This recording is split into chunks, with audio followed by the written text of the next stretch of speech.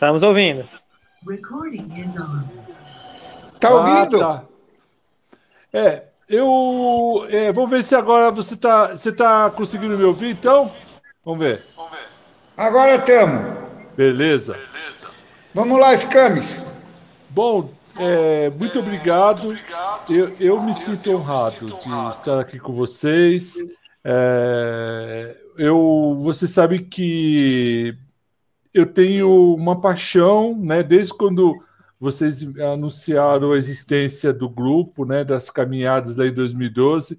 Eu tardiamente, somente em 2019, me juntei a vocês, mas fiquei super feliz e eu realmente eu é que agradeço de poder interagir. Bom, eu vou falar de um tema que é o Caminhos do Mar. Eu sei que eu sei um pouquinho, muito que todos vocês sabem, né? Então, eu queria transformar essa interação aqui num bate-papo gostoso. Eu vou conduzir uma apresentação, né? E nesta apresentação, praticamente que tem mais imagens, né? E no final, eu sei que cada um tem uma contribuição. Você sabe de coisas interessantes e eu vou crescer com vocês, ouvindo vocês também, ouvindo cada um dos colegas. E eu queria que todo mundo sentisse a vontade de participar do debate. Tá bom? Bom, Caminhos do Mar, né? A gente ouve falar de Caminhos do Mar, que é a Estrada Velha de Santos, né? Que foi um dos caminhos importantes que ligam o litoral, a planície litorânea, ao Planalto Paulistano. E ele, ali naquela região, que tem uma característica assim, muito interessante, tem a Grande Barreira da Serra do Mar, que tem toda uma peculiaridade, né? Que a gente tem que considerar também. Bom, o que acontece é que esse lugar tem patrimônios importantes, né? Talvez o patrimônio mais importante para algumas pessoas seja o patrimônio natural, que tem uma fração do Parque Estadual da Serra do Mar. Uma vegetação assim, muito já impactada, mas ainda tem um significado muito importante. O outro patrimônio é o patrimônio histórico, né? Desde a época do início do nosso país, as trilhas indígenas que existiam antes, depois, durante o período da colonização, o caminho do Padre José, né? Subindo ali pelo Vale do Quilombo. Depois disso, a calçada do Lorena, de 1792, a Estrada da Maioridade de 1840, né, que faz uma alusão à maioridade de Pedro II, que depois se transformou no primeiro caminho pavimentado em 1917, que foi o Caminho do Mar. Mais recentemente, no século XX, aquela região teve outro caminho que substituiu o Caminho do Mar, que foi, em 1949, a inauguração da primeira pista da Anchieta, depois a segunda pista da Anchieta. Na década de 70, 80, a imigrantes, e mais recentemente, há quase 20 anos, já teve a segunda pista da Imigrantes, né? Também.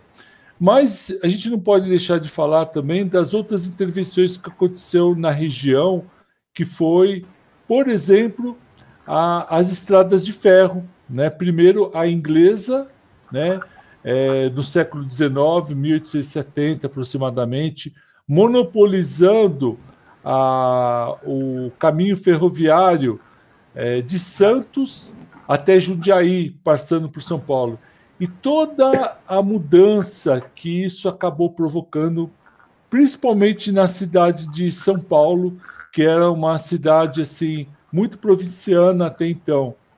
Isso aí eu sei que tem pessoas que vão falar melhor do que eu, mas é algo a ser ressaltado. E depois, já no século XX, em 1932, a Estrada de Ferro Sorocabana, né, que foi feita. Se começar a falar aqui a respeito das ferrovias, dá para se fazer vários encontros só para falar das tecnologias que existiu, a maneira como isso foi implantado, né? Tem toda uma história.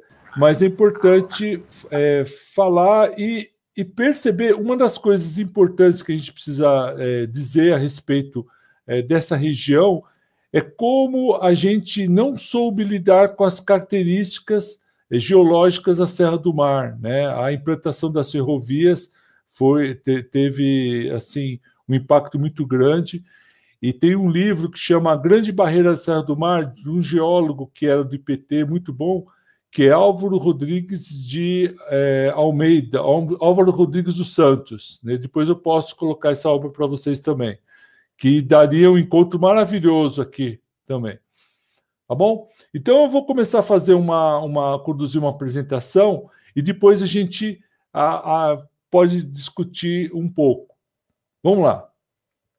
Eu vou tentar compartilhar a tela.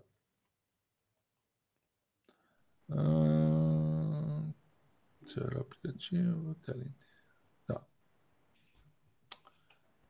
Só um instantinho, que eu vou descobrir onde que está aqui. Só um instantinho.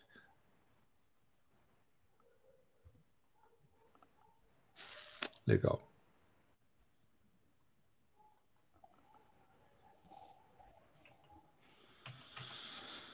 O Scamis, na barrinha do menu aí, é o terceiro ícone. Sim, eu estou vendo. Aí eu estou tentando encontrar... já encontrei. Tá? Vocês estão vendo? Tá chegando. Sim, tá chegando. Tá. Então vamos lá. Viram o logo do Caminhos do Mar, polo turístico? Isso, tá ok. Legal, sim. Legal. Eu estou vendo somente a tela, não estou vendo mais o rosto de vocês, mas dá para conduzir. Eu realmente sinto uma falta enorme quando não consigo ver o rosto do pessoal que está interagindo no encontro, mas eu vou conduzir. Qualquer coisa, vocês me avisem, tá bom? Então, tá bom. Então, esse aqui é um pouco o Carlos, eu pulei uma etapa, não falei de mim, né? O Carlos pediu para me apresentar brevemente, então eu vou falar. Eu sou arquiteto de formação, eu trabalhei na minha vida profissional, trabalhei na Light como eletricista na década de 70, voltei a trabalhar na sucessora da Light, né? Pensei que era uma loja que vendia material elétrico. Quando eu liguei lá, procurando meu irmão que trabalhava na Light, falava Eletropaulo. Falei, nossa, mudou, né? Não é mais Light. Falei, não, que agora o nome dessa empresa passou a ser Eletropaulo. E eu voltei a trabalhar na empresa como Eletropaulo, né? Como desenhista, e depois eu fui trabalhar na área de engenharia, e me formei em arquitetura e fui trabalhar com meio ambiente no ano seguinte. Me formei em 86 e em 87 nessa empresa Eletropaulo. A partir de 98, a antiga Eletropaulo estatal, que era geração, transmissão e distribuição de energia, se transformou em empresas cindidas, né? Uma empresa de geração, de transmissão de energia e duas de distribuição de energia. Eu continuei na empresa de geração de energia, EMAI, Empresa Metropolitana de Águas e Energia, estou lá até hoje. O que é interessante é que é justamente nessa empresa que eu passei a cuidar, desde a Eletropaulo em 87, eu fui trabalhar com o meio ambiente justamente no Caminhos do Mar, né, que era a implantação de tinha uma outra ideia, né, de implantar um parque, né, de lazer, né, de uso intensivo, o que era um equívoco para a região, né, porque aquela região, a vocação dela não era de ter um uso intenso de recreação, até porque ela tem uma característica de que lá você tem coberturas de neblina, né, e também chuvas orográficas, que são aquelas chuvas que acontecem diariamente, então não é um lugar que dá para você fazer um parque como se fosse um parque de uso intenso, né, urbano. Aquilo ali tem uma vocação especial, né? Como eu falei para vocês, o patrimônio natural, histórico e energético muito grande. E tem uma outra vocação que é o quê? A vocação ecoturística, na qual você tem que ter uma capacidade de suporte a ser respeitada, né? Então, em 87 você tinha uma visão, a partir de 92, essa vocação passou a ser respeitada. E desde então nós estávamos empenhados em promover naquela região um parque com essa vocação e que fosse autossustentável. Quem é que mantinha aquele parque a partir de 92? Era a Eletropaulo. A partir de 98 passou a ser a EMAI, que foi a sucessora da Eletropaulo na área de geração. E eu vou mostrar um pouquinho da nossa história na região, né? Então, aqui, aquela região tinha um potencial turístico muito interessante, né? É uma área do Parque Estadual da Serra do Mar que tem algumas características especiais, né, de acordo com a sua vocação, tombada pela Unesco como reserva da biosfera da Mata Atlântica. Olha só, né? Tem uma exuberante beleza cênica, né? Tem represas, trilhas, cachoeiras, vista panorâmica, né? Muito especial da Baixada Santista, meandros de rios, a região do Mangue, a visão do polo petroquímico de Cubatão, né? Que existe ali de cima, que foi implantado, e da Estrada Caminhos do Mar, né? Que é conhecido como Estrada Velha de Santos também. Tem um ecossistema muito importante que abriga grande diversidade de espécies, ainda não suficientemente estudadas, monumentos históricos tombados pelo CONDEFAT, está errado aqui, CONDEFAT também como está escrito, e sob responsabilidade da EMAI, né, até recentemente. Estruturas do sistema hidroenergético, e aqui a história da Light, né, o projeto Serra do Mar, né, desde a década de 1920, com a implantação da usina de Cubatão, aproveitando 700 metros de desnível entre a planície litorânea e o Planalto Paulistano para gerar energia elétrica, né, lá em Cubatão. Que depois se transformou na década de 60, foi rebatizado como usina Henry Borden. Dá para contar uma história muito bacana só da usina Henry Borden, quando vocês quiserem. Barragem Rio das Pedras, casa que eu diria que é a estrutura mais bonita da EMAI, hoje em dia, a Barragem Rio das Pedras, casa de visitas e usina Henry Borden. Viveiro de espécies nativas, né, que tinha na ocasião, proximidade de grandes centros urbanos, ou seja, região metropolitana da Baixada Santista, região metropolitana de São Paulo, alta demanda de visitação espontânea. Então, isso aqui demonstra assim, o quanto é importante aquela região para a gente conhecer a nossa história e como isso serve para o ecoturismo. E o potencial ambiental, paisagístico e cultural de interesse da comunidade internacional, inclusive. Organizações não governamentais, organizações, sociedades de interesse público, o terceiro setor, e de universidades para pesquisa. Só que essa região está, até há pouco tempo, né, e isso aconteceu uma novidade algumas semanas, que eu vou falar daqui a pouco, ela sempre esteve sujeita a um processo de degradação muito grande, porque na década de 80 passou-se para a Eletropaulo a responsabilidade para a conservação dos monumentos, e isso não era um negócio da empresa de energia elétrica. Então ela cuidava, mas não cuidava da maneira como deveria cuidar, não tinha capacidade de fazer isso, né? Alguns conceitos importantes, né, do empreendimento policoturístico, isso aí, na década de 90, quando a gente bolou isso, em 98 mais precisamente, empreendimento autossustentável inclusive do ponto de vista econômico, né? Tem um grande patrimônio histórico, energético e natural também, como eu falei para vocês no começo dessa conversa. Potencial de ecoturismo, né? A gente tem trilhas lá interessantes. Aqui, por exemplo, é uma trilha que é a Calçada do Lorena, no Planalto Paulistano já, né? Só que esse turismo ele tem que ser feito de uma maneira adequada, porque a vocação do local não é de um turismo intenso, mas de um turismo adequado, respeitando a capacidade de suporte do sistema, né? Com mínimo, ou seja, com mínimo impacto ao meio ambiente, e que tem uma função, né, dentro da sua vocação, de conhecimento, divulgação e defesa de áreas a serem protegidas, né?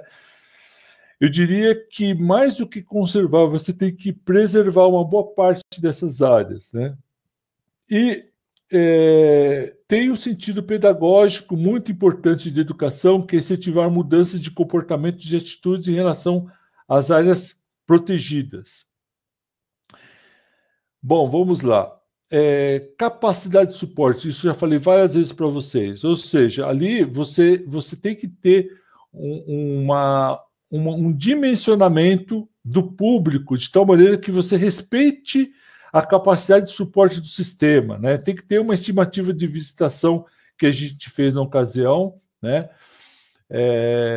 No projeto que está sendo implantado há algumas semanas, eu não sei detalhes dele, mas quando a gente fez o estudo lá na década de 90, a gente percebeu que a gente poderia ter 200 pessoas por dia, no máximo, né? Senão você começa a alterar a forma de você explorar de forma ecoturística esse local, né? Você tem muitos animais silvestres lá. Você, além de você ter uma quantidade de pessoas limite para usufruir do local, você tem que ter muito cuidado com o trânsito de veículos, por exemplo, e outros equipamentos, porque senão você acaba degradando o local, matando animais silvestres, bicho preguiça que acaba cruzando a estrada, por exemplo, e outros mais. No final de semana, você pode até aumentar esse número, né? Mas também tem que ser uma coisa equilibrada e monitorada, mensurada, para você perceber, fazer o diagnóstico da situação, para saber se você não está prejudicando aquele ambiente natural. Ou seja, você teria... É importante também você ter um limite máximo, porque você precisa viabilizar economicamente o ecoturismo na região, de 10 a 12 mil pessoas por mês. Localização, só para vocês terem uma ideia, a gente passa ali hoje em dia pela Imigrantes. Muitas vezes você está utilizando a Imigrantes, a parte que vai enterrada, né, na Serra do Mar, e você acaba não percebendo e aprendendo como é que é o local. Mas quem vai, por exemplo, pela Anchieta, que é uma rodovia de 1949, já consegue sentir mais a Serra do Mar, né? E a localização fica ali entre São Bernardo do Campo e Cubatão, né? Só para vocês terem uma ideia. Aqui a gente tem o reservatório Rio das Pedras, que está interligado ao reservatório Binigues, né? Você tem o Caminho do Mar, que é a antiga Estrada da Maioridade, né? Que vai aqui de São Bernardo do Campo até Cubatão.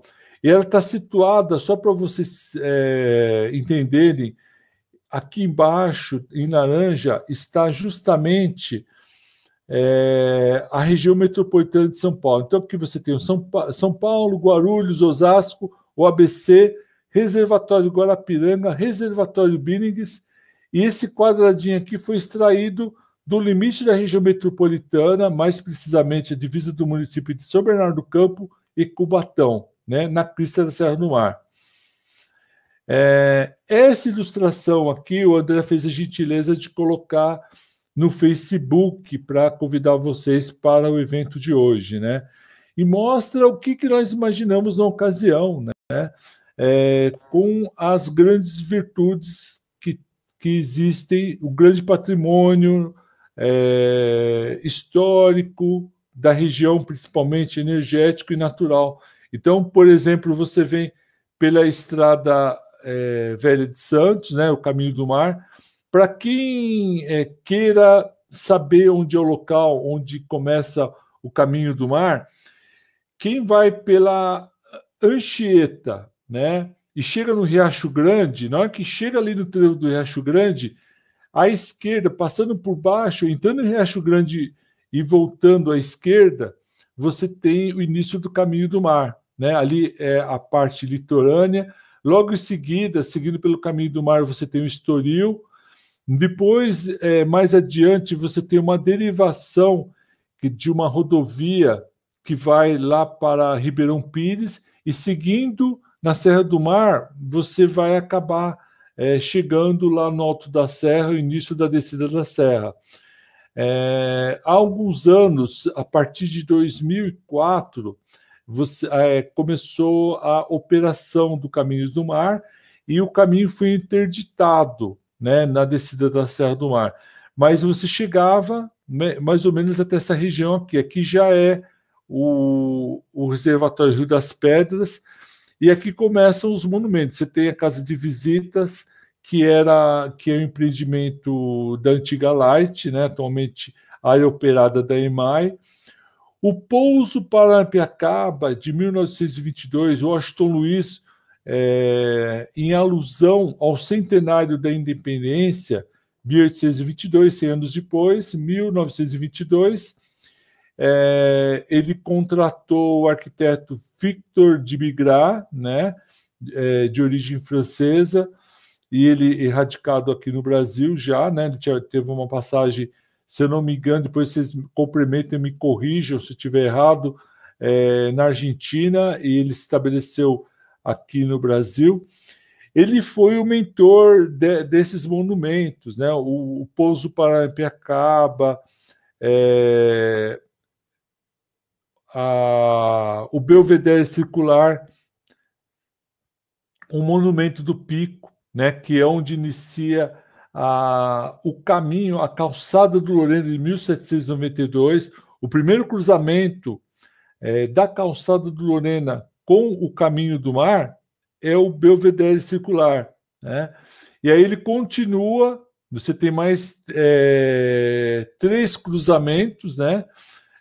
Os outros 2 você não tem nenhum monumento. Próximo do segundo você tem o Rush da Maioridade, e mais adiante você tem o Padrão do Lorena, né, que é o último cruzamento da Calçada do Lorena com o Caminho do Mar, né?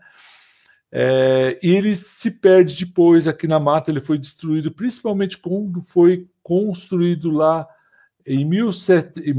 na década de 1950, perdão, a refinaria Presidente Bernardes da Petrobras. Então, essa Calçada Lorena foi destruída. Mas outros monumentos que foram construídos na ocasião, Pontilhão da Raiz da Serra, também, do Victor de Bigrat, e o Cruzeiro Quintista, lá já em Cubatão. Bom, falando um pouco do patrimônio histórico, você tem a Calçada do Lorena de 1792. Antes da Calçada do Lorena, o que existia lá? Eram trilhas indígenas. E a Serra do Mar é uma região assim, que naturalmente é muito estável, né? Você tem um escorregamento natural, principalmente nessa região onde você tem chuvas diárias, né? Sempre foi um desafio superar essa grande barreira da Serra do Mar. Mas Bernardo José Maria de Lorena construiu essa estrada, na qual você tinha uma ligação entre a cidade de São Paulo, muito provinciana ainda, muito pequena, com a Baixada Litorânea, Santos. E por incrível que pareça, essa calçada ela foi feita com engenheiros da corte lá de Portugal, né? E foi uma das intervenções mais sábias na Serra do Mar, né? E vou falar um pouquinho mais disso para vocês adiante.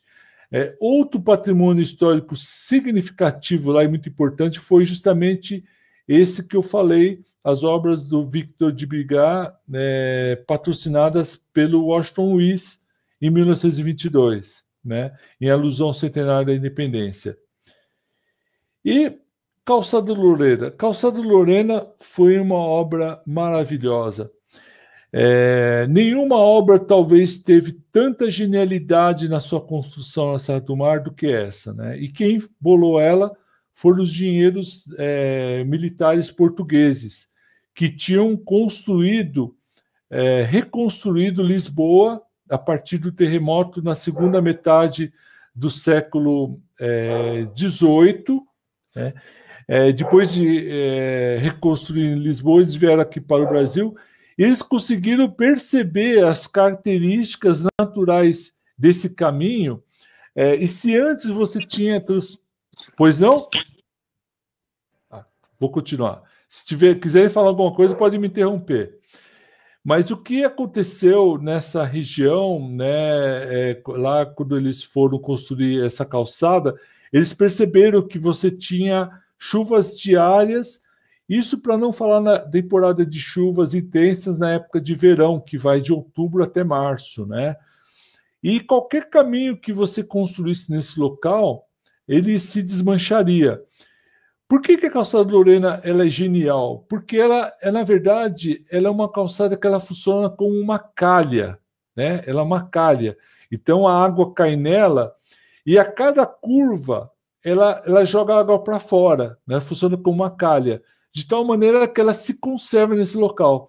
Se ela tivesse a pretensão de ser um caminho sem pensar nas características pluviométricas desse local, talvez esse local seja um dos locais onde você tenha maior intensidade de chuvas no mundo, né? Sem nenhuma sombra de dúvida, sem nenhum exagero. Tem uma obra de um canadense que escreveu sobre a Light, chama McDowell, né? Depois eu posso passar para esse livro para vocês também.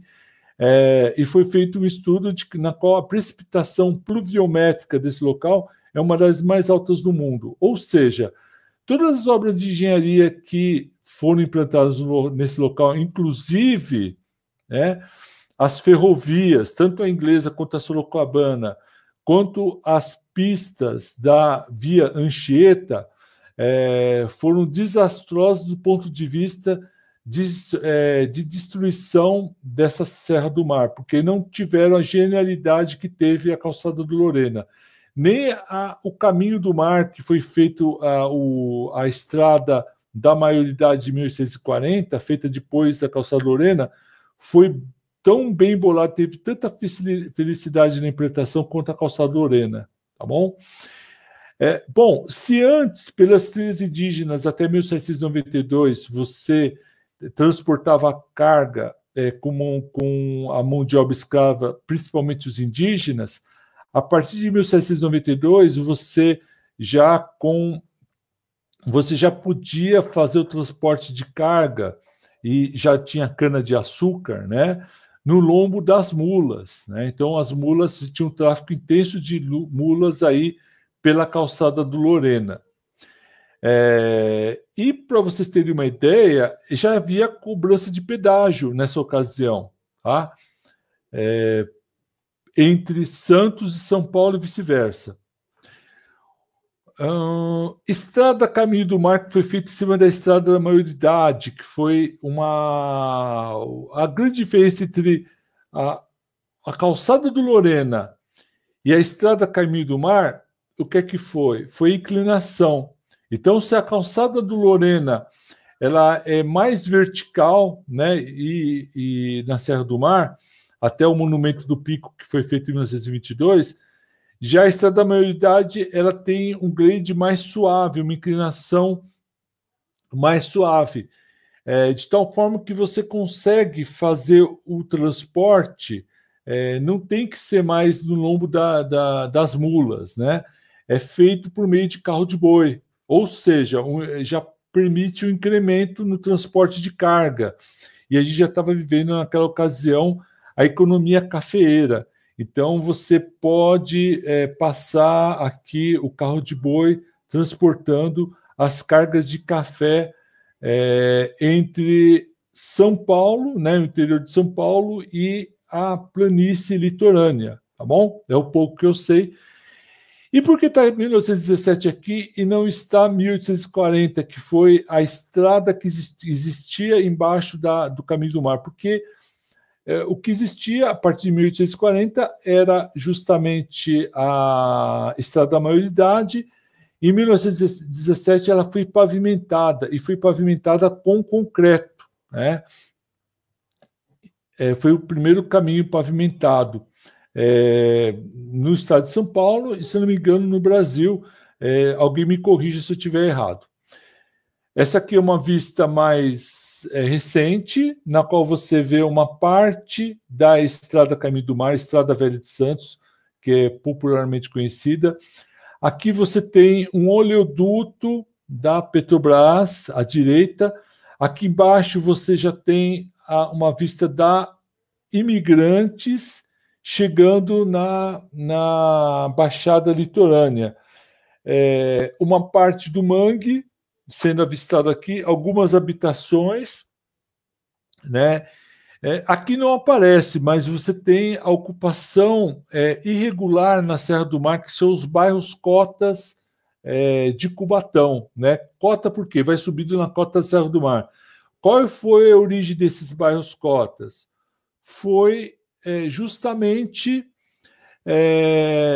os antigos canteiros de obra que foram utilizados para construir a Anchieta e não foram desmobilizados. A mão de obra que veio, né, inclusive da região nordestina, que foi utilizada para a construção da Anchieta, não foi desmobilizado esse canteiro de obra e se transformou nos bairros cotas de Cubatão, que é um dos grandes problemas de ocupação da Serra do Mar. Tá?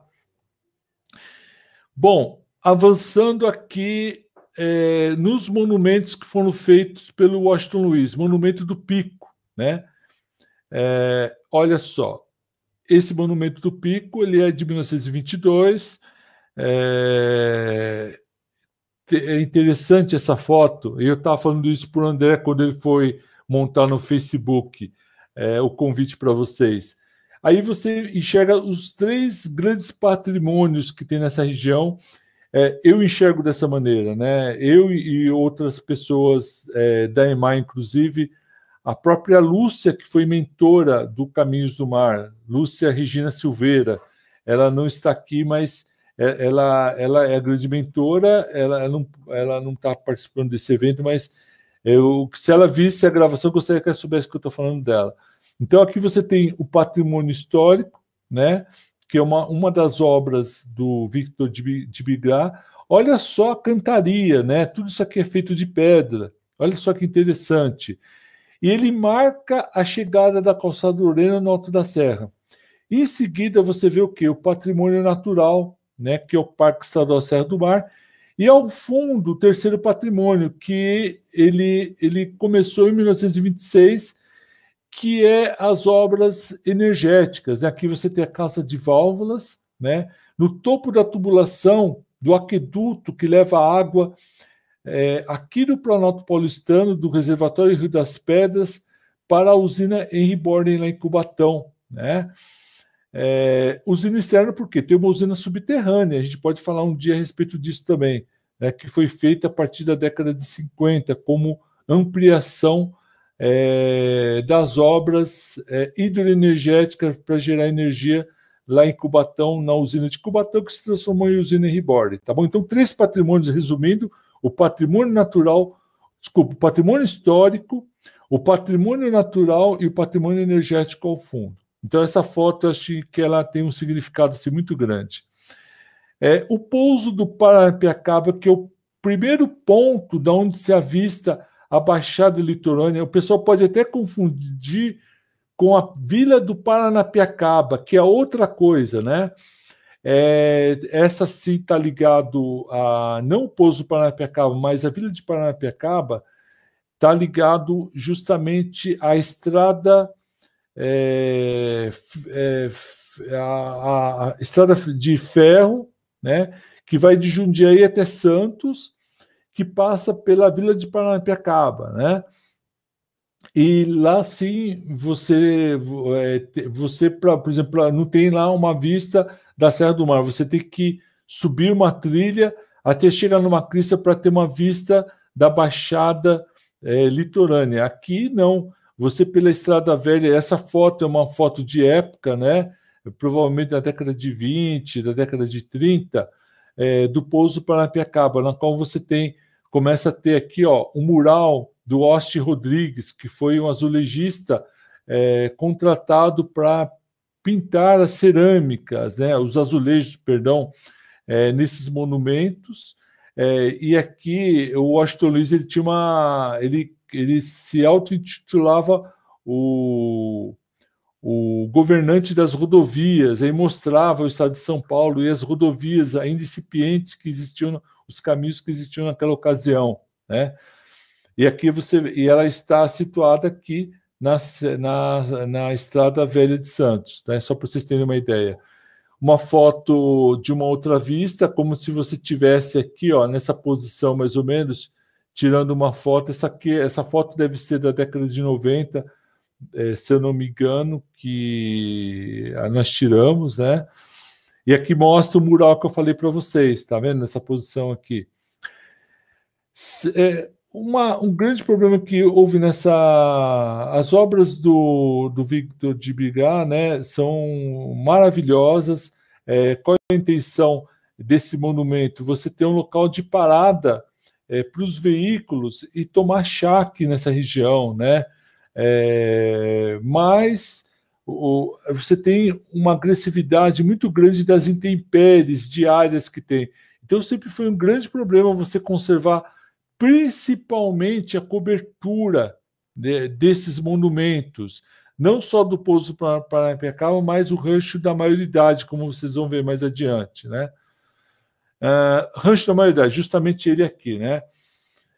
Aqui tem uma foto dele, né? Ele foi feito numa das curvas da Serra do Mar, né? Você tem aqui, é uma obra fantástica, que você tem uma vista aérea dele. Aqui, uma foto mais próxima, também com todas essas características, uma curva da Serra do Mar. Tem aqui um caminho que existia antes, que era a Estrada da Maioridade, passando por aqui.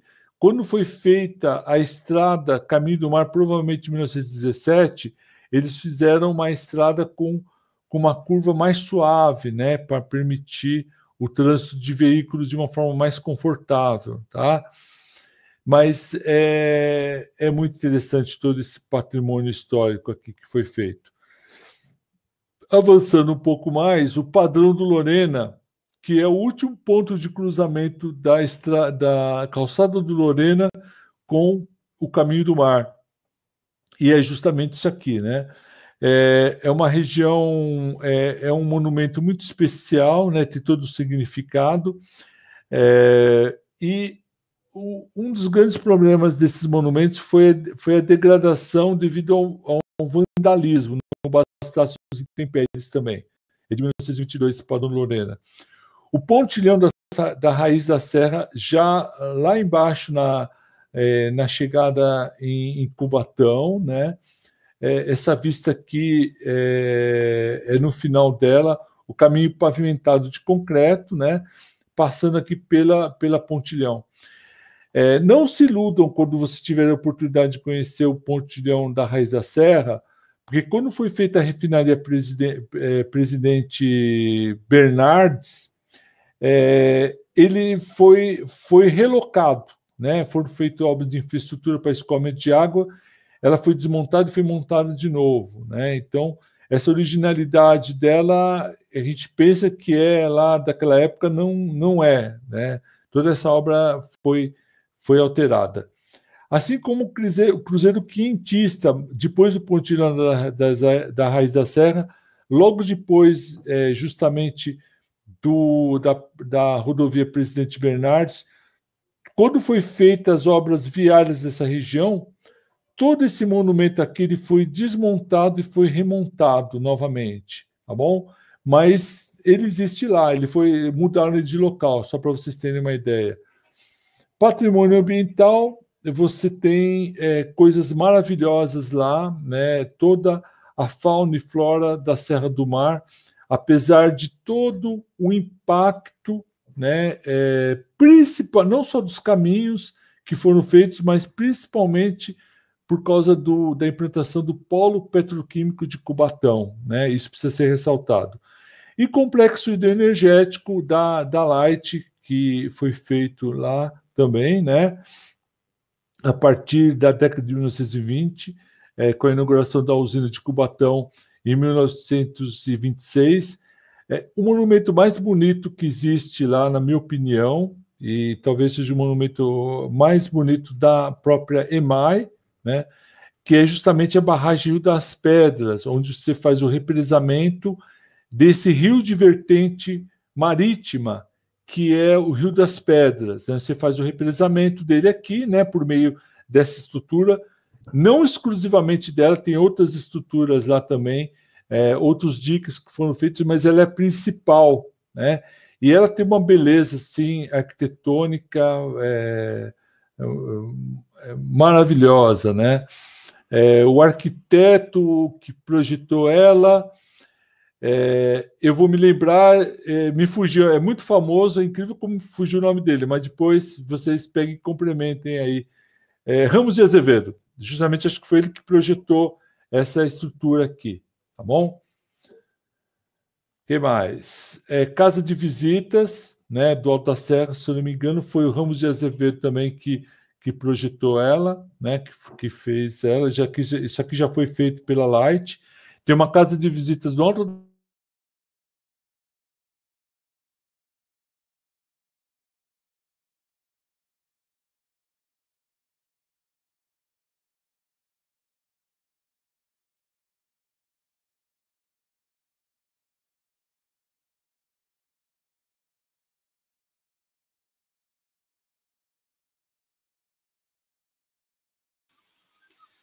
Acho que a gente está sem áudio, hein? Stamis, volta um pouquinho. O finalzinho do último.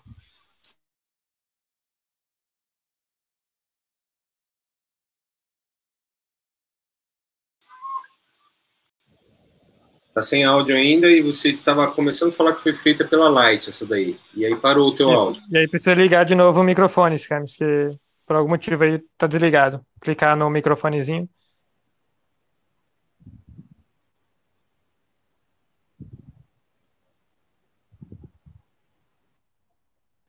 Você mesmo, estava mudo, hein? Eu pensando que era o meu instrumento. Voltou, mas né? Foi por agora só. Foi no final do. Opa, ainda bem que vocês falaram. Anterior. Não sei como é que eu consigo fazer isso, mas vamos lá. Deixa eu voltar aqui. Só um instantinho. Perdoe a minha falha aí. Tá. Só um instante. Já estou me habituando aqui com. Pronto, compartilhar a tela.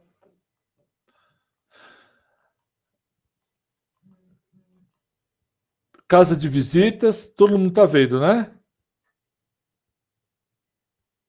Ok, adiante. Pode seguir. Adiante. Tá, eu estava falando disso aqui, ó. Vocês estão vendo agora a casa de válvulas? Casa de válvulas, ela é uma estrutura que ela perdeu o sentido, né? Por causa de uma coisa chamada golpe de Ariete, né? Que é o retorno da pressão na tubulação. Você tinha uma bacia de compensação aqui atrás, né?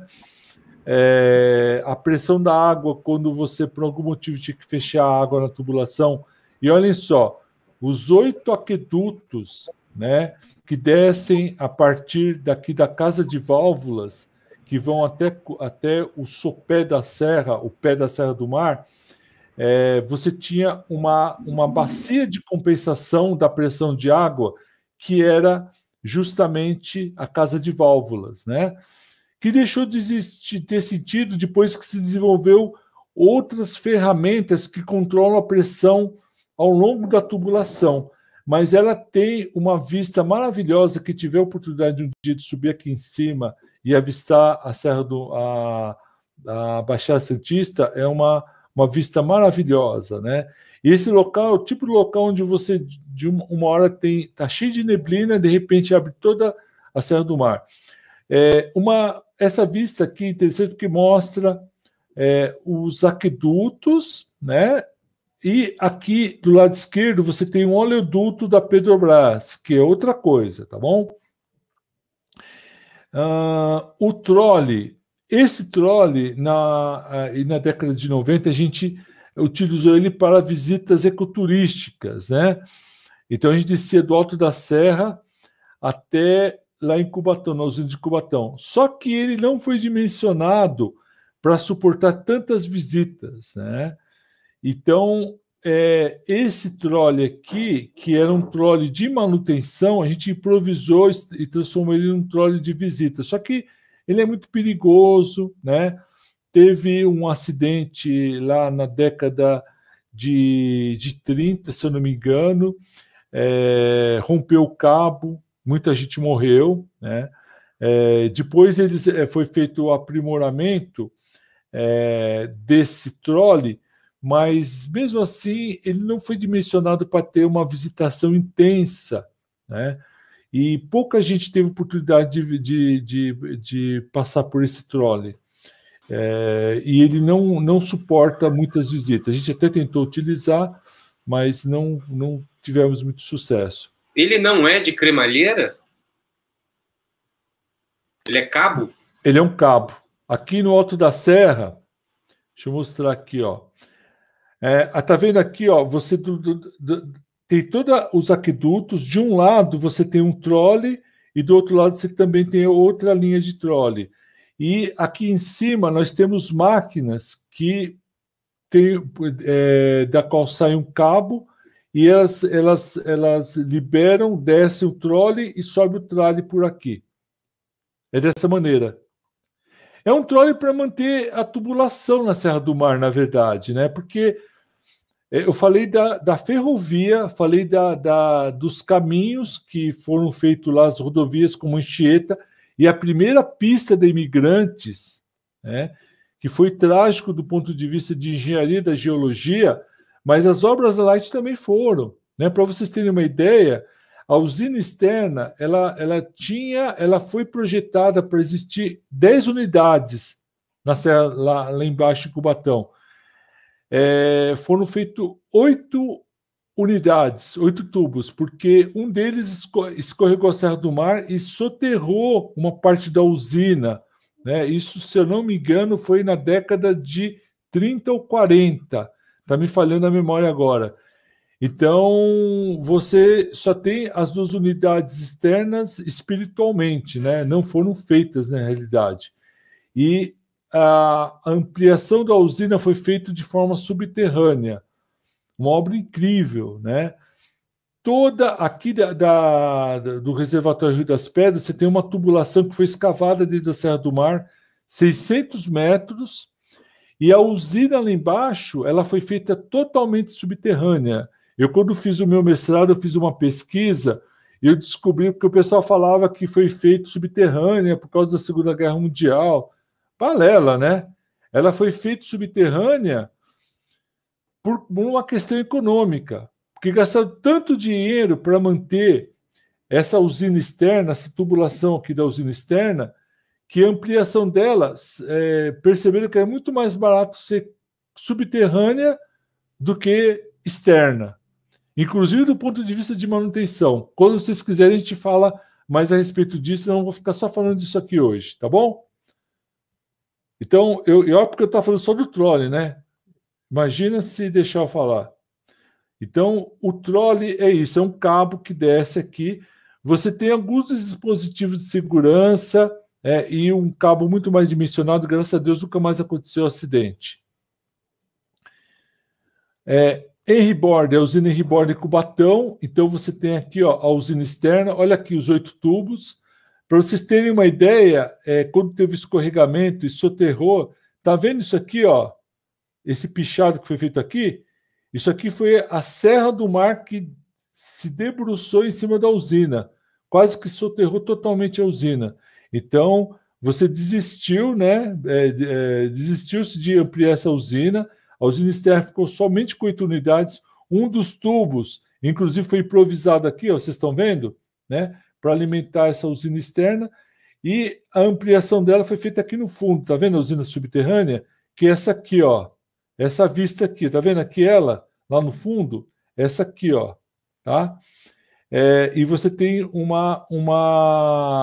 você entra aqui dentro e lá no fundo você tem uma usina hidrelétrica dentro da Serra do Mar. É uma coisa incrível. E ela foi feita em 1926, 30 anos depois do início da usina externa. Tá? É o grande patrimônio energético que a gente tem na região. Atividades que têm vocação para o local: caminhadas, trilha na mata, calçada Lorena, monumentos, etc. Circuitos de micro-ônibus pelos monumentos históricos, que tem que ser uma coisa muito bem planejada, inclusive para você não afetar a fauna silvestre que tem no local, né? Trolley visita a usina Reborn. Na ocasião, a gente tinha a ilusão de utilizar o trolley, só que isso não se pratica e vai ser um conflito muito grande você utilizar a parte operada da usina para você fazer visitação pública, porque é uma área de segurança também. Congressos, seminários, treinamento de executivos e outros mais, exposições permanentes e temporárias, programas para estagiários e pesquisadores, oficinas pedagógicas, maquete do sistema hidroenergético, programas sobre conservação de energia, produção de mudas nativas para preservação e comercialização e espaço para filmes publicitários. A gente frequentemente vê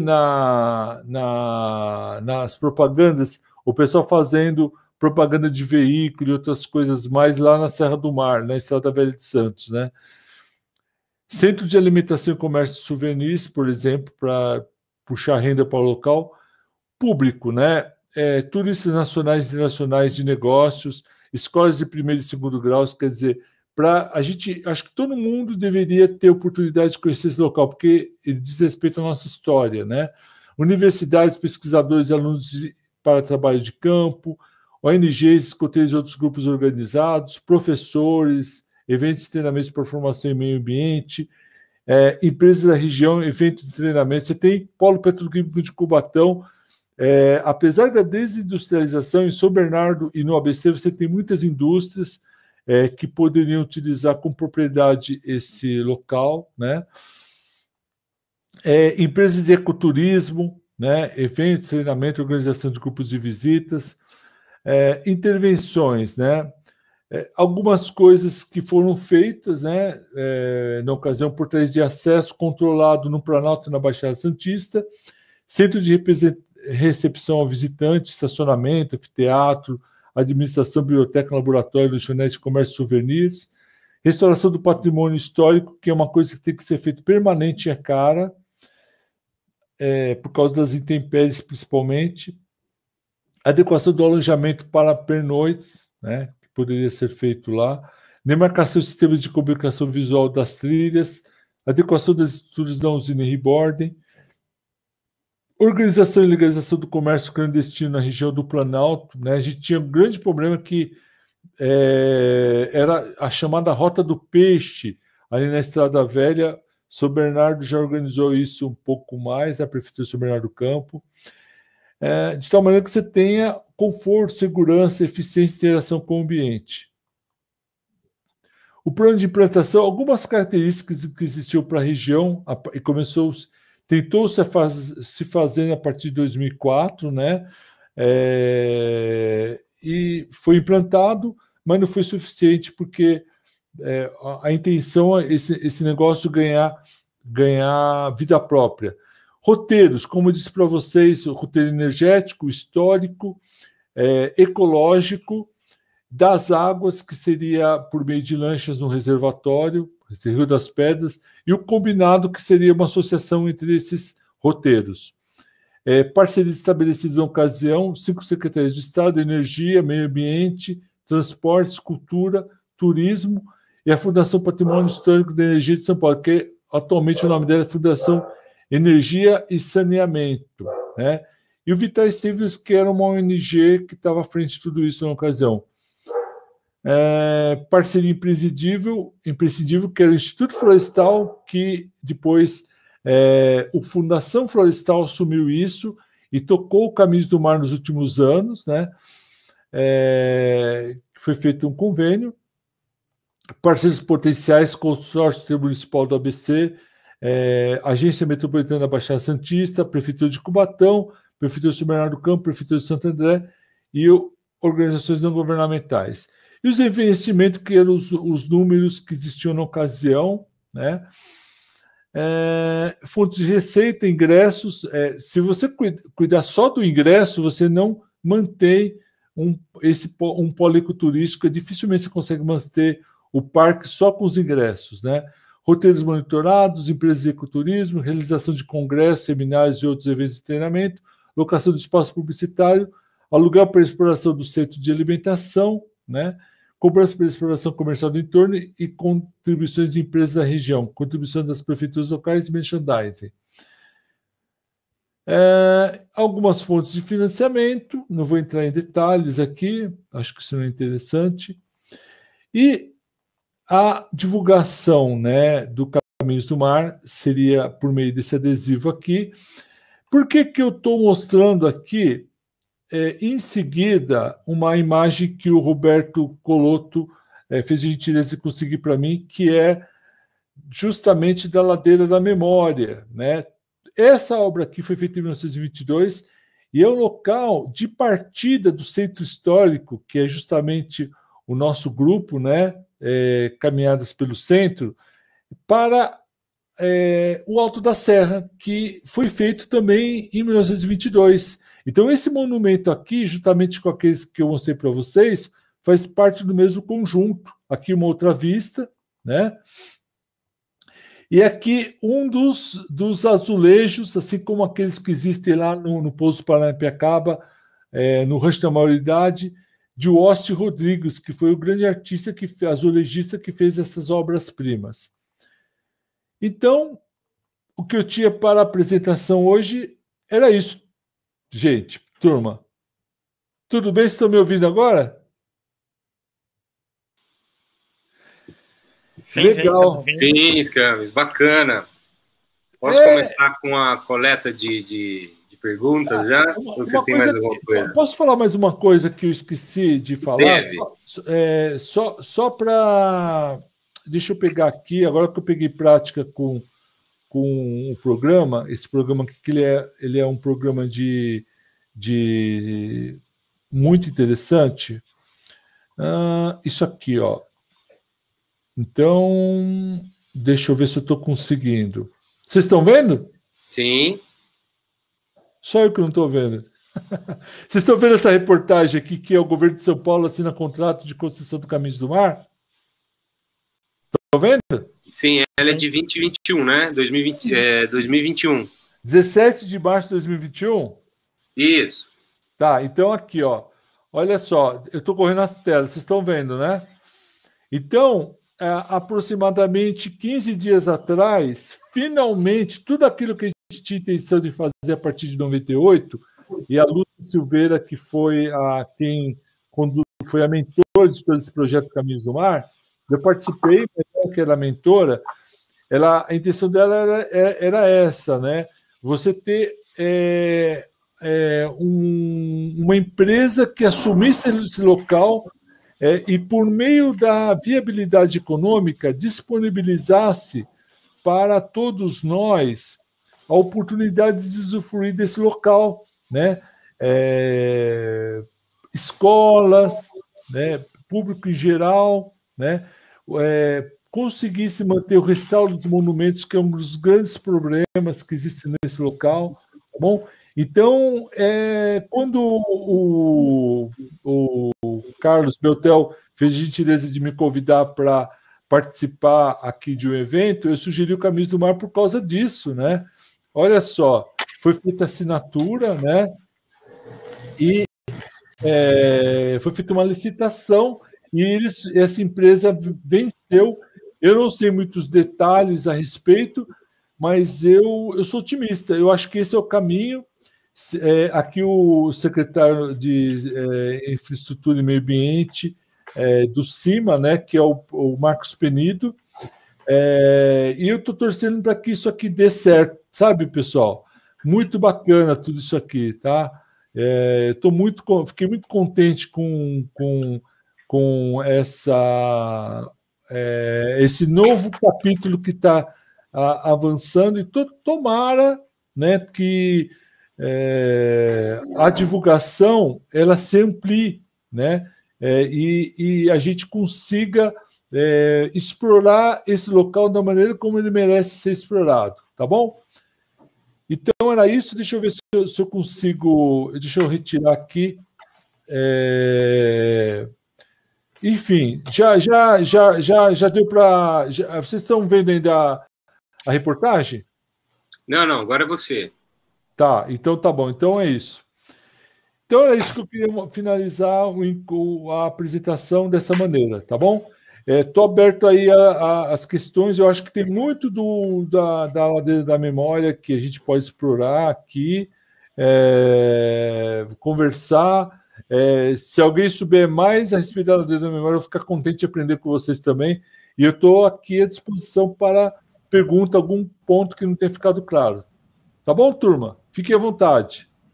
Obrigado, Scamis. Ô, Laércio, você quer colocar alguma coisa, Beltel?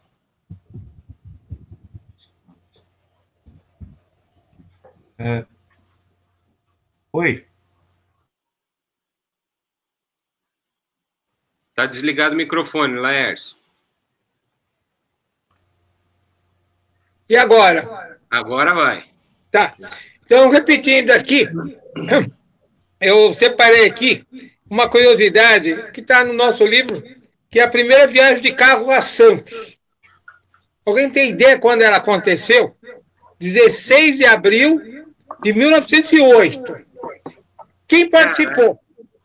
Antônio Prado Júnior, que foi filho do conselheiro Antônio Prado, foi prefeito do Rio de Janeiro, foi um dos fundadores do Automóvel Clube, era um esportista.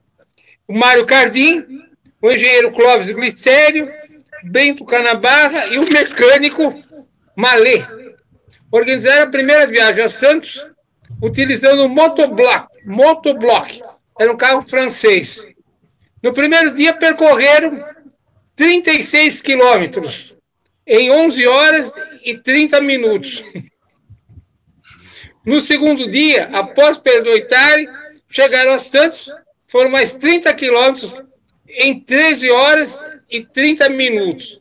Média horária, 2,6 quilômetros por hora. Então, quando demorar 5 horas para Santos, vocês não reclamem mais, porque vocês viram quantos primeiros demoraram.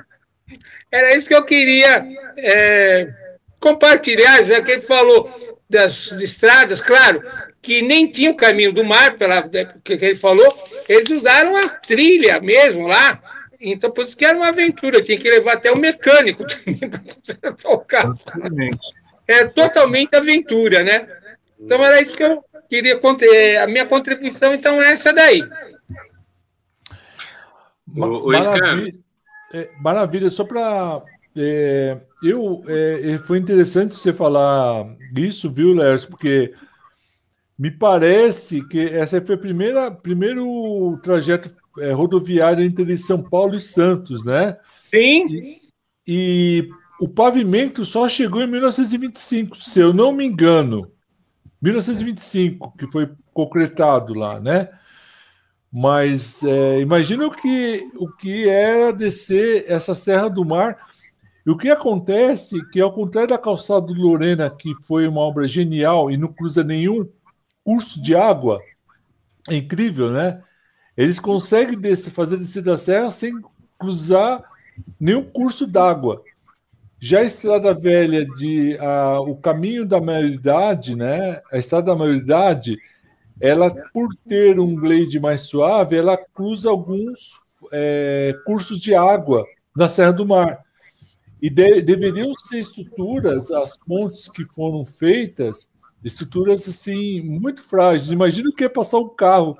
Qual a coragem desse povo passando um carro numa ponte que foi feita para passar carro de boi, né? E o que aconteceu, né? Você vai falando, vou me lembrando das coisas.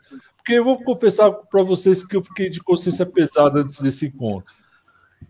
Eu não tive muita chance de me preparar, né? Então eu peguei, descobri essa apresentação que eu tinha, e o que eu fiz?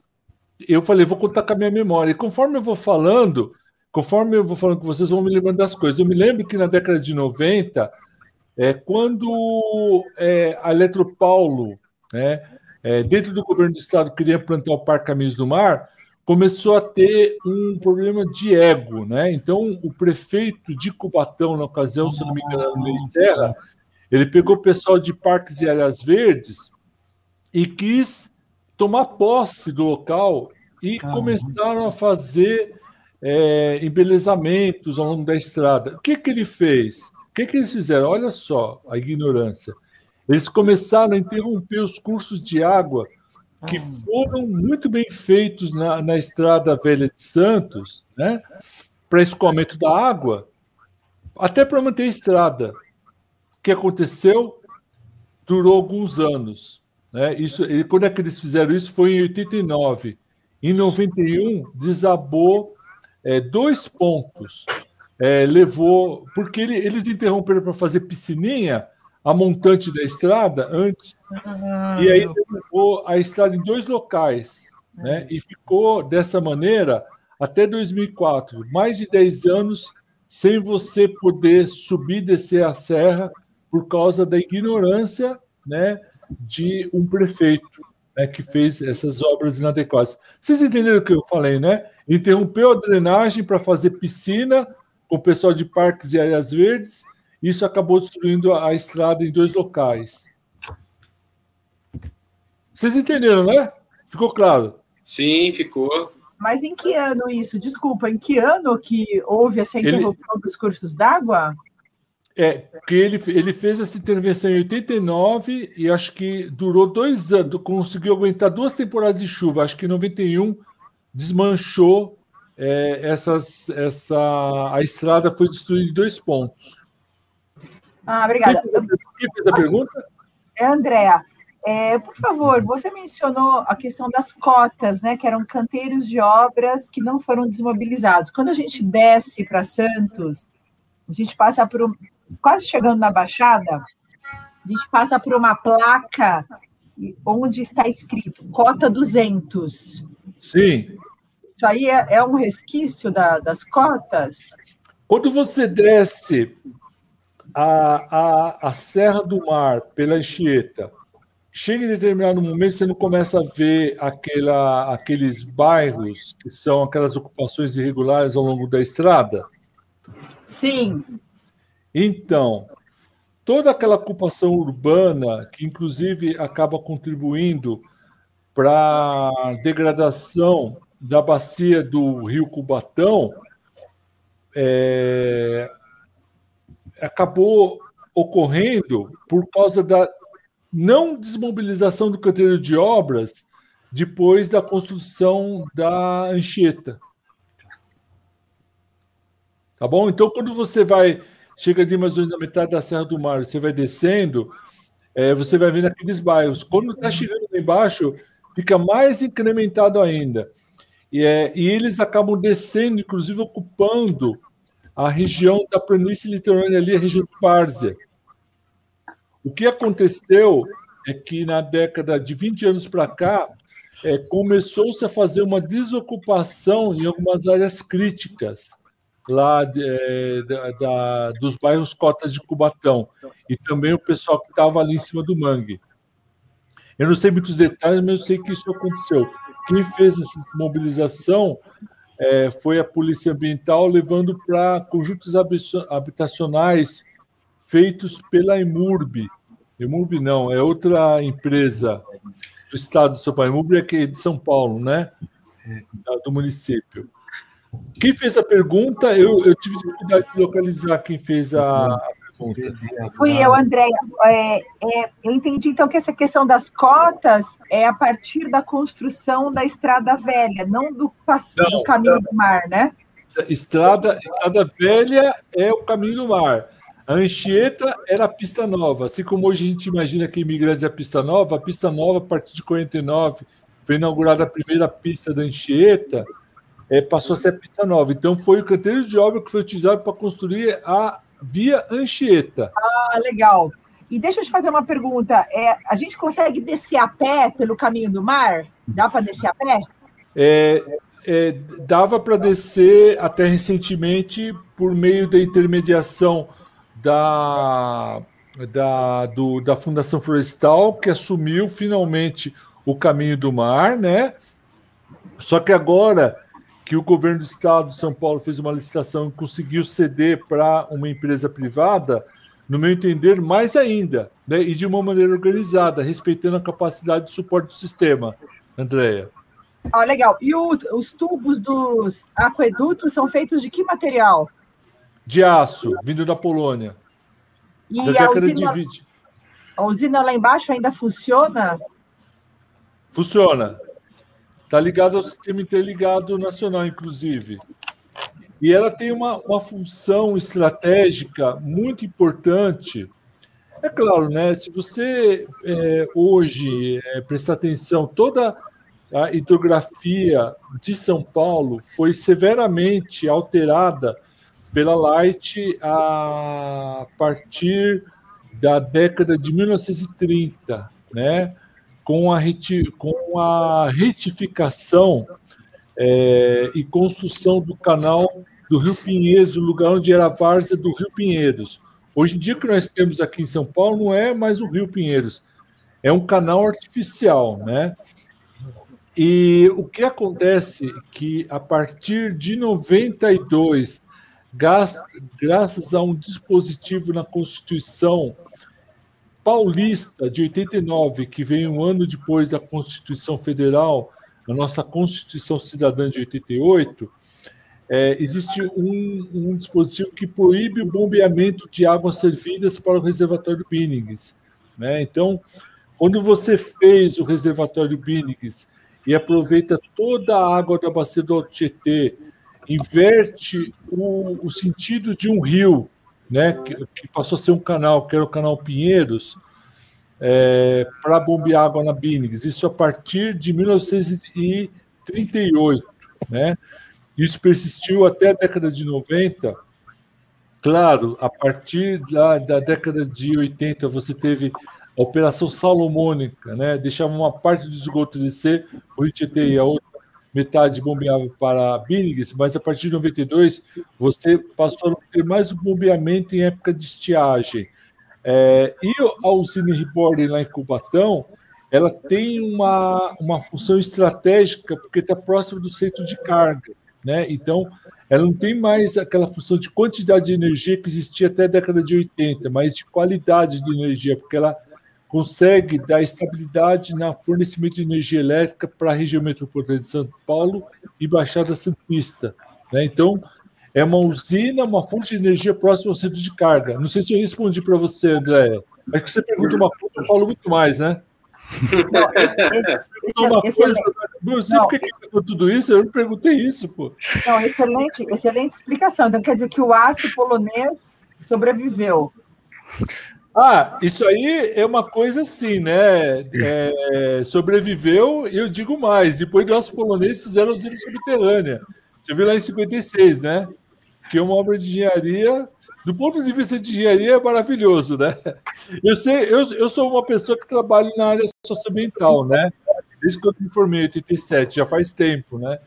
A gente tem que entender, eu tentei entender por que o pessoal, todo mundo fez isso, né? Porque naquela ocasião, retificar o rio, né? Que a gente tem um grupo de renaturalização de rios, né? Que eu faço parte também, tenho a honra de participar, mas naquela época o pessoal entendia que a retificação dos rios era algo importante para a saúde pública, né? Visto que foi feito lá por Saturnino Brito, lá em Santos, para os canais, né? Em São Paulo, achava-se que as doenças advinham da região de várzea, por causa dos insetos, coisas desse tipo. E tudo isso que foi feito se apropriando do local direito das águas, né? Então, hoje, quando você tem... por que o canal Pinheiros opera, né? Ele opera porque senão você tem a invasão no lugar de direito das águas. As águas vão querer ocupar de outubro até março a várzea do Rio Pinheiros e do Rio Tietê, por exemplo, né? E então essa aí é uma discussão que a gente tem em outra ocasião, né, Andréia? Também não perguntei Excelente. isso. Não, Mas excelente, parabéns. Tá ótimo, analogia ótimo. Obrigada, viu? Parabéns aí pelo trabalho e que legal que agora vai ter essa parceria aí. Então, só para mais uma coisa que eu acho que você perguntou, eu posso fazer visitação?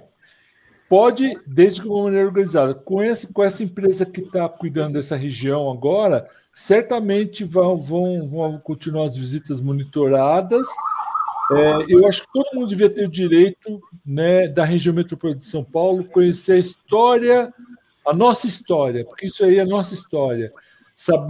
Conhecer a calçada do Lorena, que, sem dúvida nenhuma, foi o caminho que Dom Pedro utilizou antes de proclamar a independência da República, lá às margens do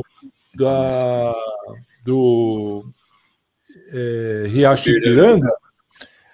Sem dúvida, tem um significado muito grande para a história do nosso país, né? Não é a história da cidade, do Estado, mas é uma história da nossa nação, né? Isso eu acho que é uma coisa importante. E Estrada da Maioridade é por causa da maioridade do imperador? Dom Pedro II, 1840. O que é legal para você entender? Por que você fez a calçada do Lorena? Por causa do momento econômico. Você tinha escoamento da cana-de-açúcar, né? Se algum historiador souber e eu estiver falando bobagem, eu vi... Tá certo, tá certo. Tá certo, né, Roberto? Teve quem pesquisou isso? Um cara ilustre que chamava Antônio da Costa Faria, né, que era um assessor da Secretaria de Estado do Meio Ambiente, um historiador, um professor que tinha uma capacidade enorme, né? Ele já foi embora, né? Ele partiu já faz uns 10 anos, né, aproximadamente. Mas eu chamava ele para fazer palestra dessa região, e ele era modesto e falou que não dominava o assunto. Só que aí ele pesquisou e ele deu das palestras maravilhosas que eu prestava atenção e aprendia com ele, né? Ele falava que você tem que associar as estradas a um momento econômico que a gente está vivendo. Então, escoamento de açúcar, né? De uma forma incipiente, não dá mais para fazer entre indígena com mão de obra escrava. Você vai utilizar mula. Você precisa de uma estrada, que é a Calçada Lorena, inaugurada em 1792, feito por engenheiros militares portugueses que tinham reconstruído Lisboa e vieram aqui para o Brasil para fazer essa obra de engenharia magnífica. Talvez a melhor intervenção de engenharia na Serra do Mar foi a Calçada do Lorena. Depois você teve um aumento do escoamento agrícola e você precisava ter um outro equipamento, não mais a mula, mas você tinha um meio de transporte que era o carro de boi. O carro de boi não consegue subir a Calçada do Lorena. Como é que ele vai fazer isso? Por meio de uma estrada com uma inclinação mais suave. E aí você tem a Estrada da Maioridade inaugurada em 1840, né?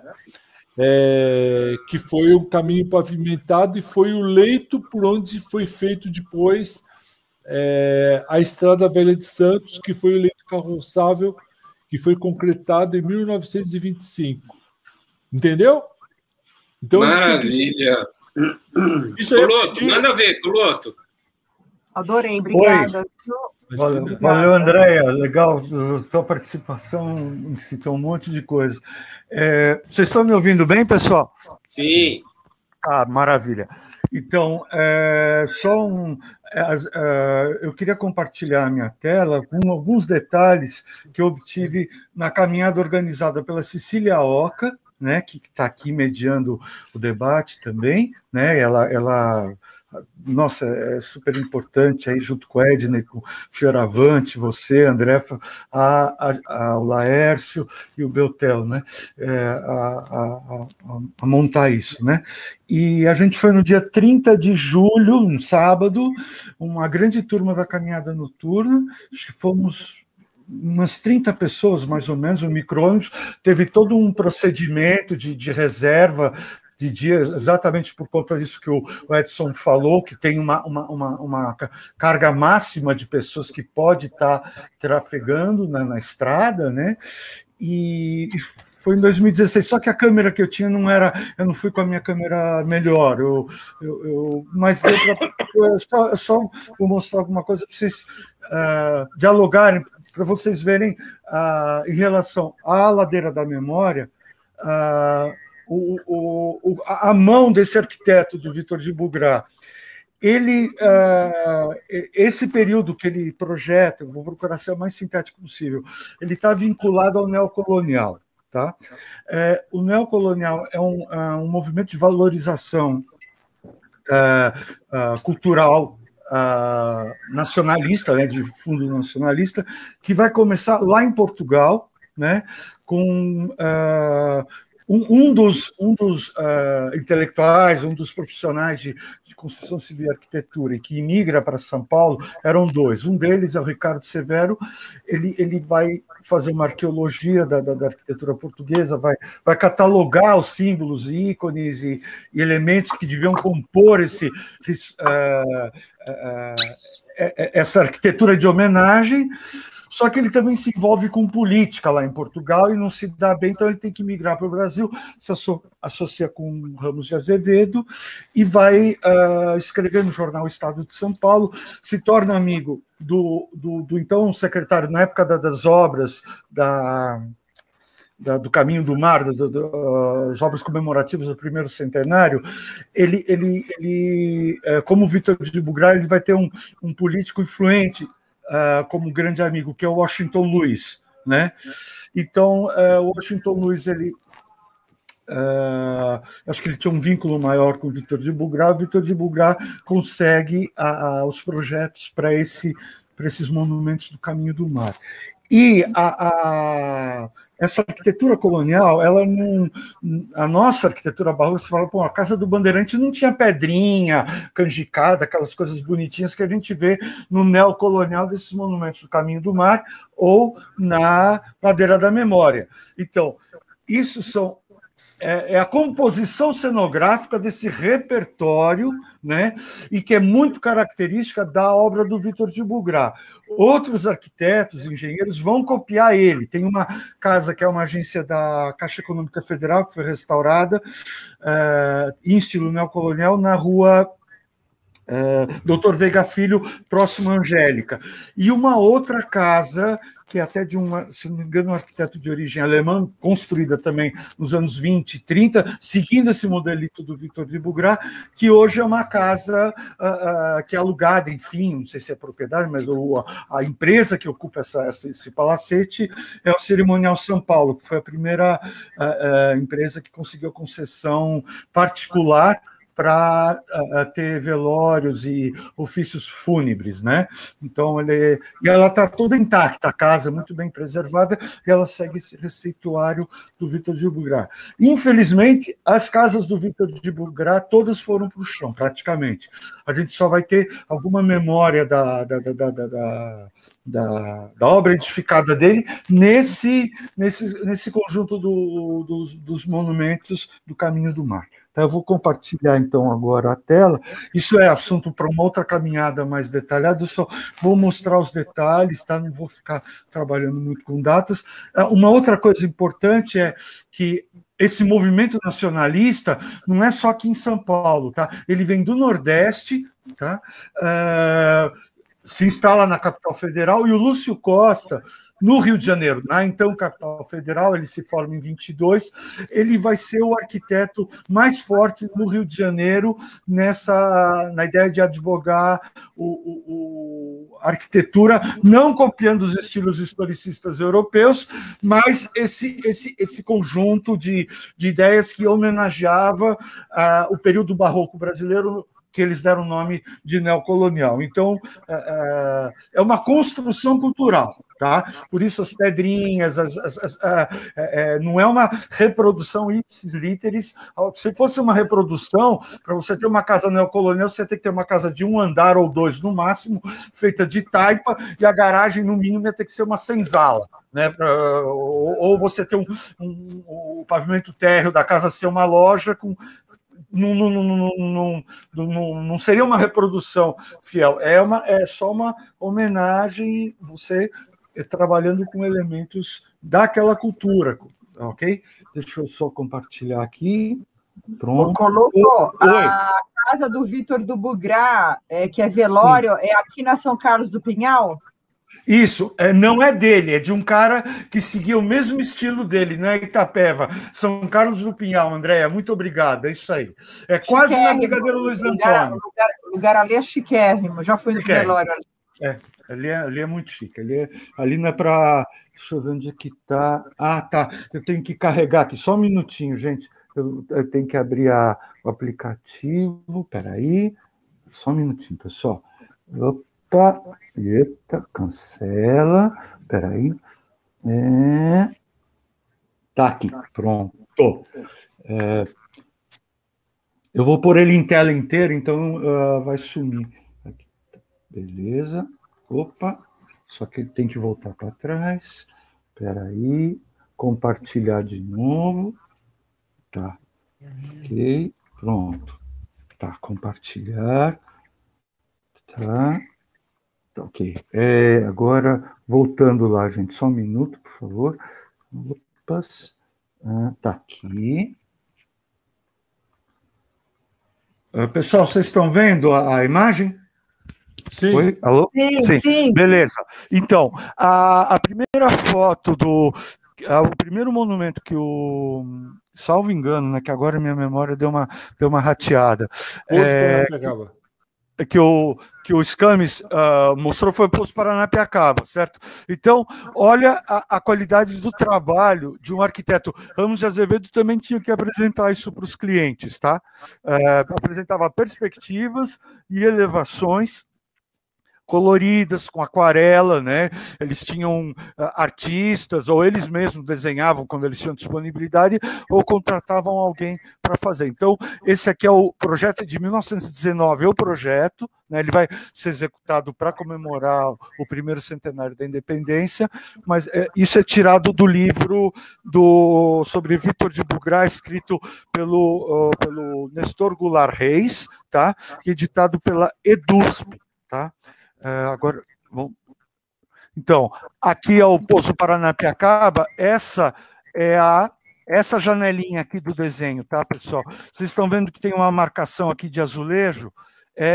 São esses azulejos aqui, tem a data comemorativa, 1922, e os desenhos são de José Vasti Rodrigues, tá? E a foto foi tomada nesse dia da caminhada organizada pela Cecília e pela guia de turismo Marguerita. Tá? Lembrando que a Cecília é do Lar Amara e ela é formada em geografia, se eu não errei, né, Cecília? E ela coordena a parte pedagógica do Lar Amara, que é uma instituição pedagógica para a inclusão de cegos, tanto na educação como inclusão profissional. Tá? E a adaptação da pessoa que perdeu a visão ao ambiente urbano. Então, eles têm todo esse escopo, né? esse leque de cursos de atendimento aos deficientes visuais. Aqui já é o Rancho da Maioridade, tá? Essa é a face voltada para o caminho do mar. Tá? A questão do telhado que o Scamis se referiu, vocês estão vendo aqui no canto esquerdo, tá? As telhas soltas. Você tem esse problema da chuva, dos ventos, e para você fazer manutenção numa edificação que tem chuva todo dia, você tem que armar quase que ter equipamentos de segurança ou armar uma estrutura para cobrir isso e as pessoas poderem fazer a manutenção. Essas telhas teriam que ser amarradas com fios de cobre ou algum outro material, um fio metálico inoxidável, porque na falta do forro, vocês estão vendo que a gente está vendo por baixo das telhas. Por quê? Porque o Vitor de Bugrá, ele quis fazer a coisa assim, o mais de acordo possível com uma época passada, né? Então, nos tempos de antanho, não existiam, você não usava forro de madeira de ripa na área externa. Isso você só usava para as áreas internas, para os ambientes internos das construções. Só que a falta desse elemento e a falta da amarração das telhas ou a deterioração dessa amarração vai causar esse problema. Eu tenho uma outra foto que não está aqui, mas esses azulejos, todo esse conjunto, aparece um crédito lá no Pouso Paranapiacaba, que foi restaurado em 1987. Tá? Então, pelo menos a azulejaria foi restaurada em 87. Então, isso que vocês estão vendo não é original, já passou por vários restauros, mas é uma coisa que tem que ser feita quase que periodicamente. Tá? Talvez com aqueles caminhões com cadeirinha hidráulica que a gente vê arrumando poste em São Paulo, que você não pode andar em telhado molhado. Tá? Você tem que fazer uma manutenção aérea, né? Você tem que sobrevoar, você tem que estar num equipamento de segurança, né? num braço hidráulico, né? Como esse que a gente vê na manutenção de postes, para poder trocar essas telhas, repor, mandar fazer as que não tem mais, né? Que são telhas que foram feitas nessa época, então você tem que ter as formas dela e mandar produzir de novo. Eu estou falando demais. Bom, aqui é que entra o elemento que eu queria falar sobre a Ladeira da Memória.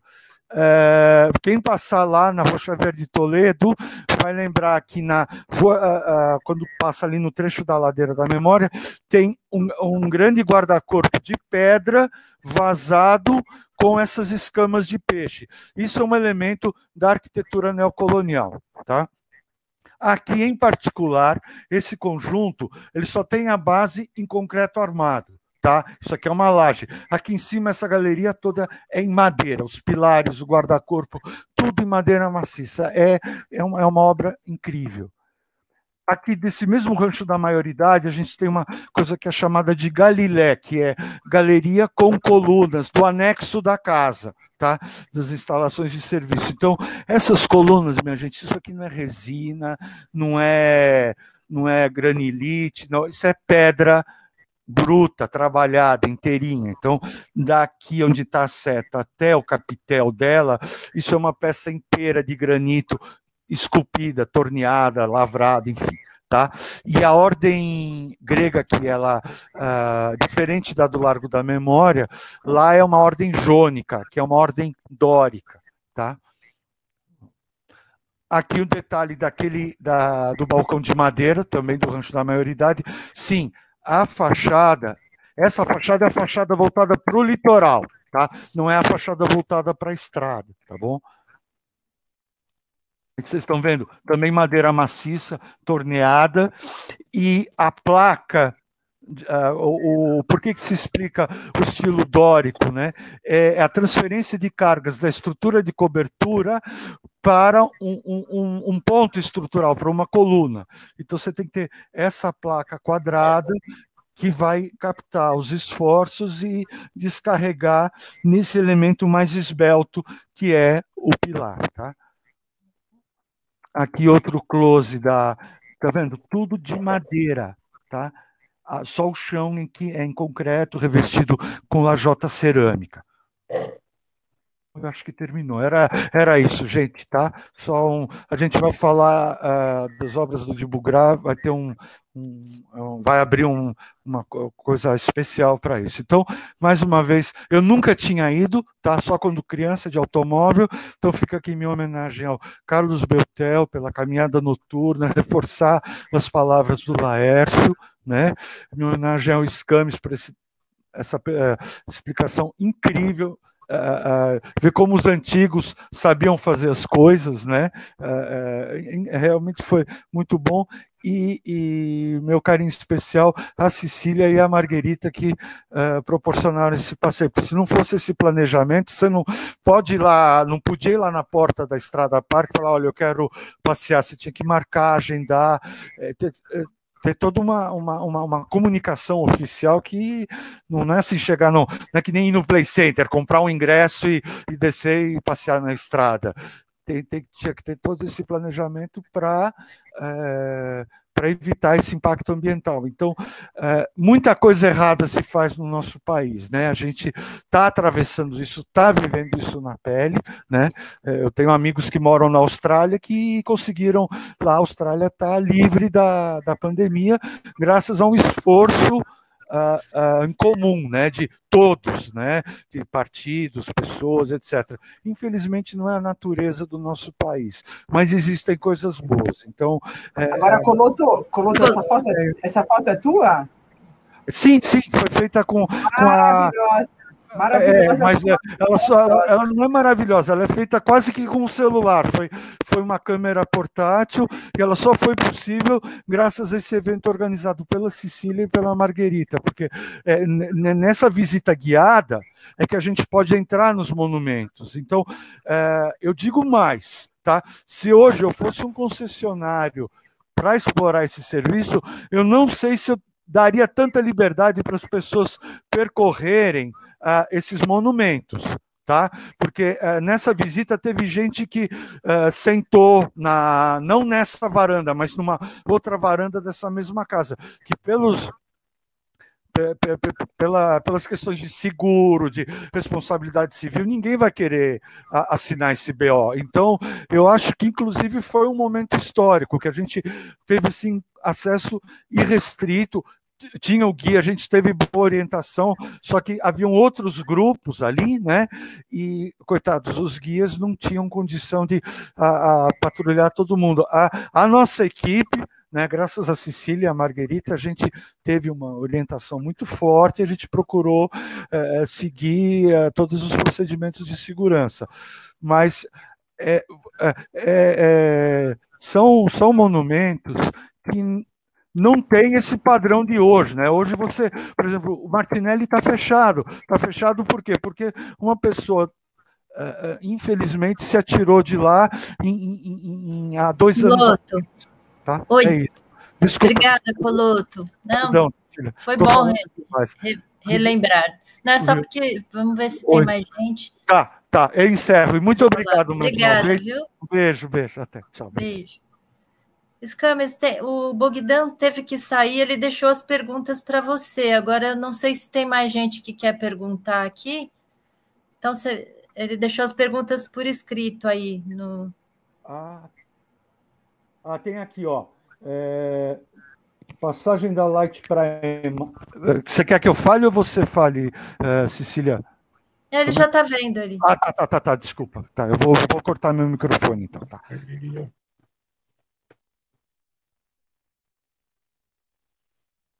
Scames, seu microfone emudeceu de novo. Tá.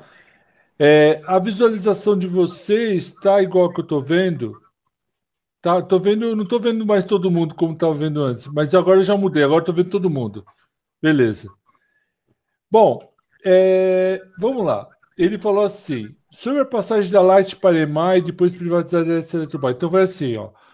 A Light, ela chegou no nosso país em 1899 e ela ficou até 1979, quando faltavam 10 anos para expirar o prazo de concessão.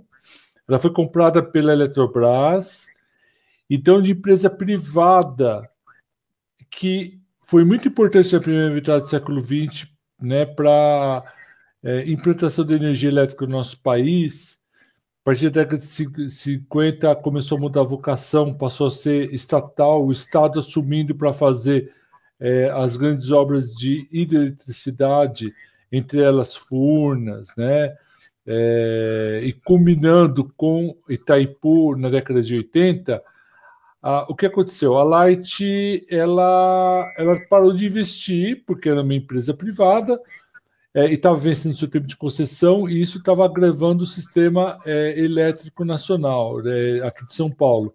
Foi comprado pelo governo federal, a Eletrobras, e ela passou isso foi em 79. A partir de 81, ela passou a ser Eletropaulo, uma empresa estatal paulista, do governo do estado de São Paulo. Só que a partir de 95, dentro da onda neoliberal, né, mundial, Reagan e Margaret Thatcher, né, da década de 80, a gente passou a ter uma pressão para privatização dessas empresas estatais. Isso aconteceu em 98. Então, a Eletropaulo estatal, que tinha uma empresa de geração, transmissão e distribuição, foi cindida em 4 grandes empresas. 2 de distribuição, uma de transmissão e uma de geração. A EMAI é a empresa de geração. Até hoje ainda não foi privatizada. O governo Dória vai tentar privatizar ela. Por que não foi privatizada? Por causa do sistema hidroenergético, que André perguntou, eu falei um pouco, né? Quem é que faz o controle de cheias da região metropolitana de São Paulo? A EMAI, né? Que é uma das funções da EMAI. Além de gerar energia elétrica, ela faz o controle de cheias. E as empresas privadas não se sentem atraídas de fazer esse controle de cheias, né? Até porque tem dúvidas de como elas serão remuneradas por isso. Tá bom? Então é isso, basicamente. Tá bom? A única empresa de todas as 4 que foram criadas, as 2 de distribuição foram instantaneamente privatizadas. A de transmissão demorou 10 anos para ser privatizada. A EMAI até hoje, de 98 até hoje, 23 anos, não foi privatizada. Tá bom? Respondendo essa primeira pergunta do André. A Light era concessão, a Eletropaulo é concessão, todas as empresas são concessão, né? São concessão, até hoje, inclusive a EMAI. Tá?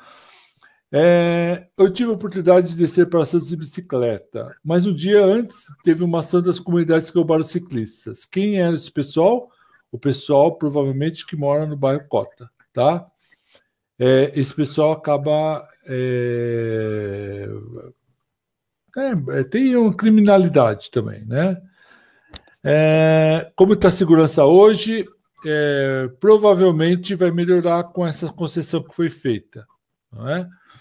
Porque se a empresa privada entrou lá, não é à toa, né? Então eles vão botar ordem nisso aí. Eu acho que o pessoal da Fundação Florestal, que assumiu nos últimos anos, eles não dariam conta, não tem recurso para fazer segurança da maneira como deve ser feito. Eu acredito que vai melhorar. Sobre custos, o que existe hoje em custos para poder ir e conhecer? Eu acho que tudo isso vai melhorar com esse processo aí que está sendo passado para iniciativa privada. Se vai melhorar, se não melhorar, vai ser uma pena. Eu estou torcendo para que dê certo, tá bom? Que a gente imagina que é um jeito de trazer esses 3 patrimônios, natural, histórico e energético, para nós, tá bom? Para todo mundo poder conhecer esse local. Beleza?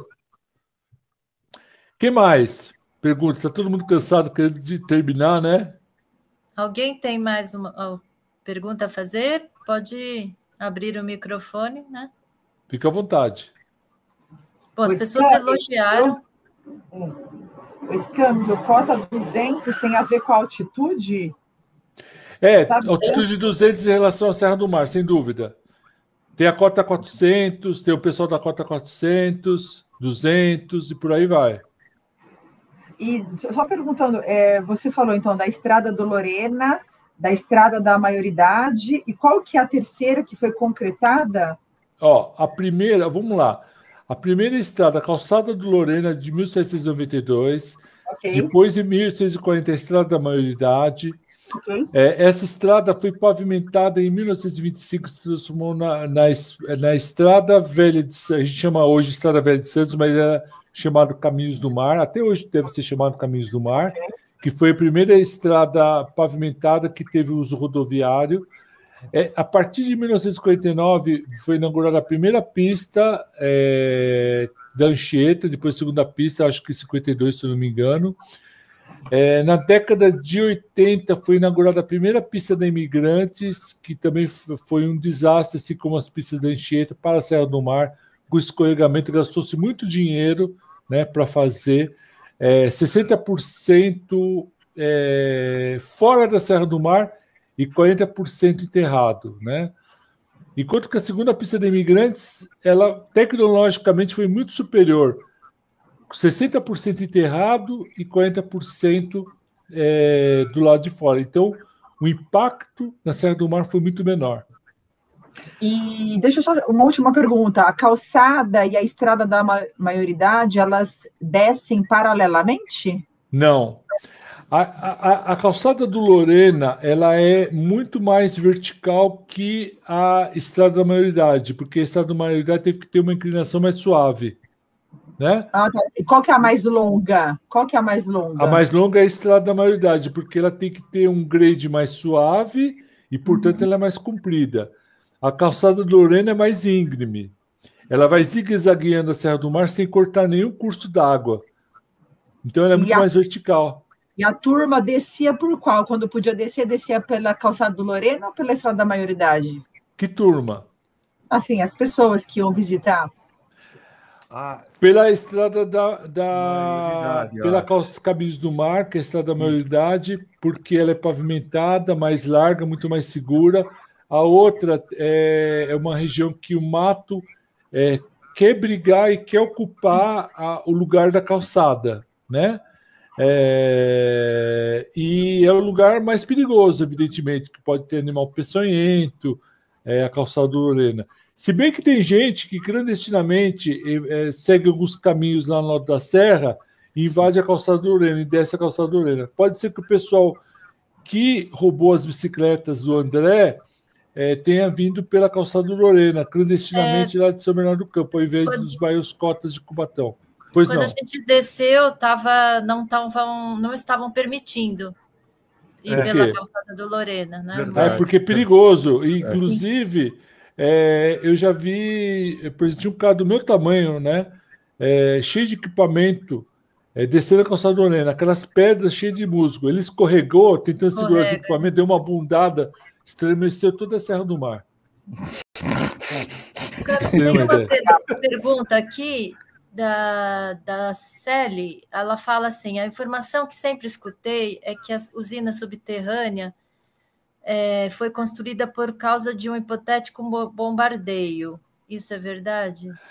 Bom, em 1932, na Revolução Constitucionalista, as tropas federais soltaram com um avião Marchete, se eu não me engano o nome dele, acho que é aeroplano, né? Ele soltou uma bomba na usina, chamava naquela ocasião usina de Cubatão, no telhado dela. E numa bananeira também caiu lá e destruiu.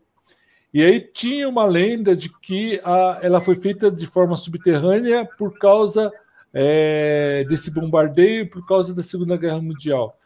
Bom, não teria sentido fazer subterrânea por esse motivo, porque é só se soltar uma bomba na boca da usina que você vai destruí-la da mesma maneira, né? Ela foi feita subterrânea porque era mais barata mesmo. É muito mais barato você construir. Para você ter uma ideia, a André perguntou de que aço foi feita essa tubulação do lado dos aquedutos. Foi feito lá na Polônia. Eu não sei como é que o pessoal conseguiu fazer e montou aqui e encaixou direitinho.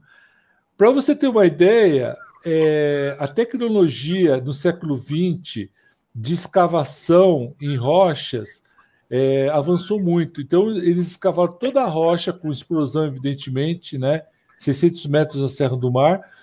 E ao invés de você utilizar aquele aço grosso, extremamente caro, para segurar a pressão da água, eles simplesmente fizeram uma chapa de aço fininha para a água escoar dentro de um tubo concretado dentro da Serra do Mar. Do ponto de vista de implantação, foi muito mais econômico, que utilizou muito menos aço, e você usa a Serra do Mar para segurar a pressão na água.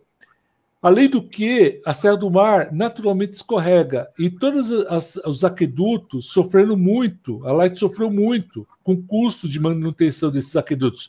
A EMAI sofre até hoje. E a usina subterrânea não precisa de manutenção. É muito menos manutenção. Foi muito mais barato fazer a subterrânea do que ela externa. Vocês entenderam? Sim. É isso. Muito bom. Eu tenho minha dissertação de mestrado que eu explico isso com detalhe. Quem quiser, a procura, deve encontrar na internet fácil, né? É que eu proponho a usina Reborn como uma usina parque. Tá? Você tem canal no YouTube, Scamis? Eu não tenho. Mas, inclusive, canal do YouTube para divulgar essas coisas? É, um canal seu que a gente possa te assistir. Pois é, boa ideia. Eu acho que é uma coisa que dá para fazer. Desculpa a minha ignorância, eu não tenho, não. Não, seria bacana. Você poderia, inclusive, oferecer esse trabalho lá para a empresa que vai explorar o local, né? Poxa, muito bacana. Eu falei um pouco da minha experiência. Eu acredito que tem gente que falaria com muito mais propriedade, muito mais coisas a respeito, né? Enfim, mas é uma ideia legal. Quem deu essa sugestão? Eu tenho um pouco de dificuldade de visualização, perdão. Andréa Zanin. Ah, Andréa, pela voz, era você. Tá bom, Andréa. Boa ideia, hein? Esse do canal do YouTube aí. Acho que super seria legal. Hein? Você lá no pouso de visitação lá na tela, explicando. Legal. Zóia, qual foi? Deus pode inaugurar o canal. Ai, cara. Muito bem. Bacana. Mas eu acho que estou à disposição. Eu coloquei meu e-mail aqui, se alguém quiser entrar em contato. Acho que foi o próprio André que perguntou, né, André? Estou à disposição. E você já te mandei um e-mail aí para tirar dúvidas. Obrigada. Oh, bacana. E se você quiser, a gente pode conversar mais a respeito. Obrigado. Adorei, eu sou apaixonada por Santos, assim, apaixonada pela cidade. Eu vou falar, a Baixada Santista está do lado, tem uma ligação muito forte com a Serra do Mar. Eu acho criminoso a gente não disponibilizar toda a vocação desse local para o nosso aprendizado. É a história de todos nós. E não sei se vou mencionar que eu estava na internet ontem e apareceu um artigo, assim, na hora que eu acessei o Google, dizia sobre uma nova forma de turismo que se chama staycation. Eu falei, gente, não tem nada, essa palavra não me traz nada. Bom, mas qual que é a proposta? Que com a pandemia, que as pessoas aproveitem o turismo da cidade onde elas estão, né? Ao invés de gastar viajando de avião, de carro, que as pessoas comecem a aproveitar o turismo da própria cidade, óbvio, ao ar livre. E esse local, que você descreveu muito bem, é um ótimo local para a gente ir, né? Excelente, excelente, excelente. Eu acho, inclusive, que você deu uma ideia do canal do YouTube. Eu acho que a gente poderia fazer uma visitação híbrida, né? A gente poderia preparar o pessoal por meio disso que a gente está fazendo aqui, né? Porque a gente não deixou de fazer a caminhada. Eu sou apaixonado por vocês, por esse grupo, né? Online. Aliás, eu sou professor de ensino à distância online lá na FGV. Eu sou muito, assim, eu sei das possibilidades, né, do ambiente online. Associar a visitação no local real. Então, fazer uma coisa híbrida. E tá aqui do nosso lado, a gente não aproveita esse patrimônio, gente. Né? Meu pai nunca me levou lá. Mas a gente vai, vamos juntos lá, que é isso? Vamos todos nós. Não é, André? Claro, gente, uma relíquia, né? Não, e olha, eu não falei 10% do que tem lá, né? Se você entrar lá, o que tem de história, o que tem de detalhe, vai muito além do que dessa visão geral que eu tentei trazer aqui para vocês hoje, que foi a minha experiência, né? Um pouco do que eu vivi lá. Né? Tem muitas histórias. A gente combina um dia você ir com a gente, então, quando for possível, presencialmente. Honrado, sou honrado, né? Vai ser maravilhoso. Se a EMAI tiver condição, que a gente está tendo muita dificuldade de fazer visitação dentro da usina externa e subterrânea, seria maravilhoso a gente conduzir uma usina lá. Mas a gente pode combinar sim, e eu tento conseguir essa possibilidade, essa visitação na usina também. Além do patrimônio natural histórico, tem patrimônio energético também, que são as estruturas no alto da serra e lá no sopé da Serra do Mar, que é a usina Ribord em Cubatão. E eu posso depois passar para vocês a dissertação, que tem muita coisa escrita disso aí. Quem quiser ler, tiver paciência de ler, quiser pesquisar as fontes que eu pesquisei, eu passo para você, dissertação de mestrado, quando eu fiz. Passa assim que a gente coloca junto com o link no canal lá, quando for postar o vídeo, a gente pode fazer todas essas indicações de leitura também junto com o vídeo. Combinado, Cecília. Obrigada, viu? Nossa, as pessoas elogiaram bastante aqui. Excelente, obrigada. Eu sou honrado de estar com vocês. Volte mais vezes, vamos combinar outras. Obrigado, será lisonjeado pelo convite e estou à disposição. Só que vamos fazer sempre tentar fazer de um tema diferente, até onde eu conseguir. Sim, porque acho que assim vai diversificando, né? Isso, vamos combinar. Bacana. Muito obrigada. Acho que o Laércio vai querer falar alguma coisa. Não, só agradecer a presença do SCAMES, pela aula que ele nos deu, a presença de todos vocês que ficaram conosco, e um aviso que eu queria, como estava falando com o Ednei antes de começar, que às vezes as pessoas, por qualquer razão, não receberam, às vezes, o anúncio da caminhada e ficam perdidas. Então, gente, só para reforçar, a plataforma é sempre a mesma. Guarda de hoje. Ah, mas a de hoje era do caminho do... Não, guarda lá. A semana que vem vai ser da Thaís. Mas se você clicar lá, na quinta-feira, vai aparecer da Thaís, e na outra quinta e assim por diante. Então, gente, como hoje acabou esperando para fazer uma revisão do texto dos câmeras e acabou indo muito em cima para as pessoas. Então, muita gente, às vezes, não deu tempo nem de receber. Então, transmito para as pessoas, vai.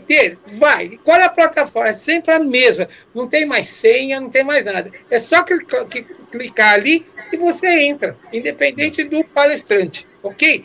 Fica esse aviso, e se vocês puderem repicar esse aviso para as outras pessoas, para não acontecer como hoje, que foi muito em cima, e pessoal, mas não me mandaram um link para a caminhada. Será que vai ter? Gente, o link é sempre o mesmo, porque vai mudar o palestrante.